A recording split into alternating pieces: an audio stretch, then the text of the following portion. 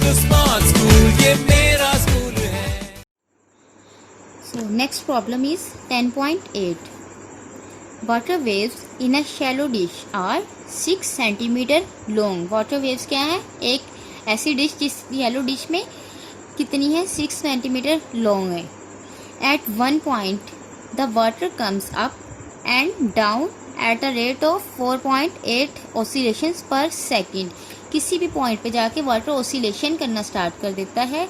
किस रेट से? ऑसिलेशंस का रेट क्या होगा? 4.8 पर second.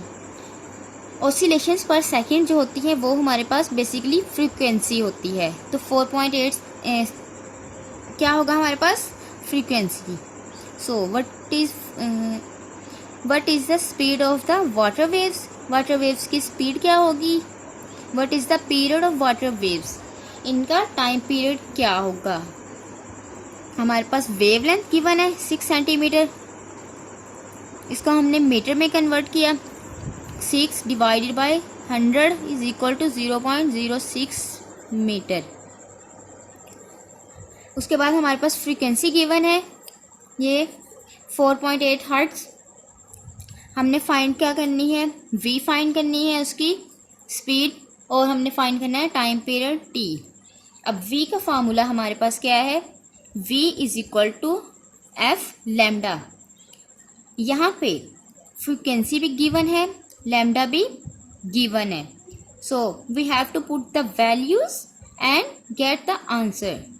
v is equal to 4.8 multiply 0.06 which is 0.29 metre per second.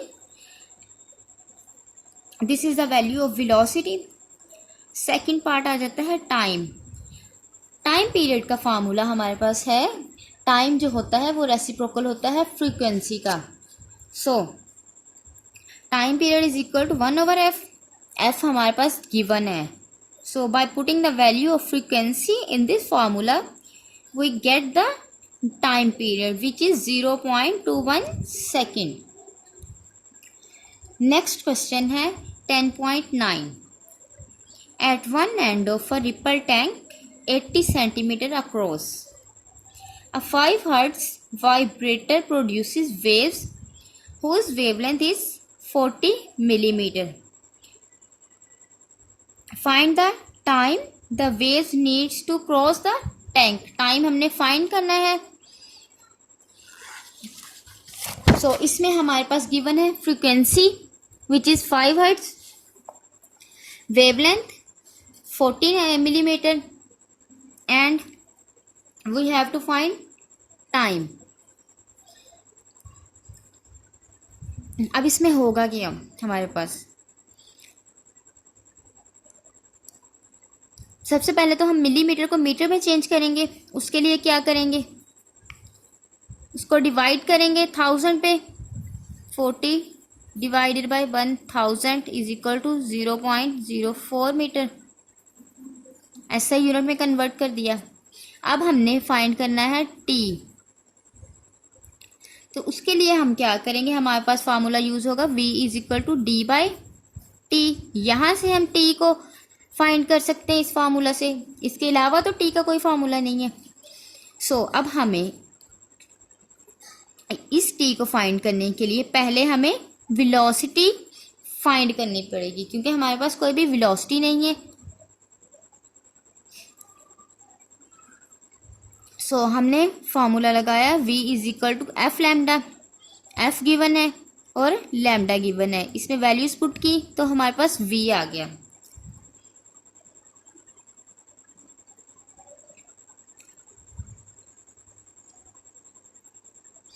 अब हमने क्या किया? v is equal to D by T इस फार्मूले को यूज़ किया. यहाँ पे हमने फाइंड करने था t, तो इसको रीअरेंज किया. t को हम दूसरी साइड पे ले गए. Is equal to D over V आ गया.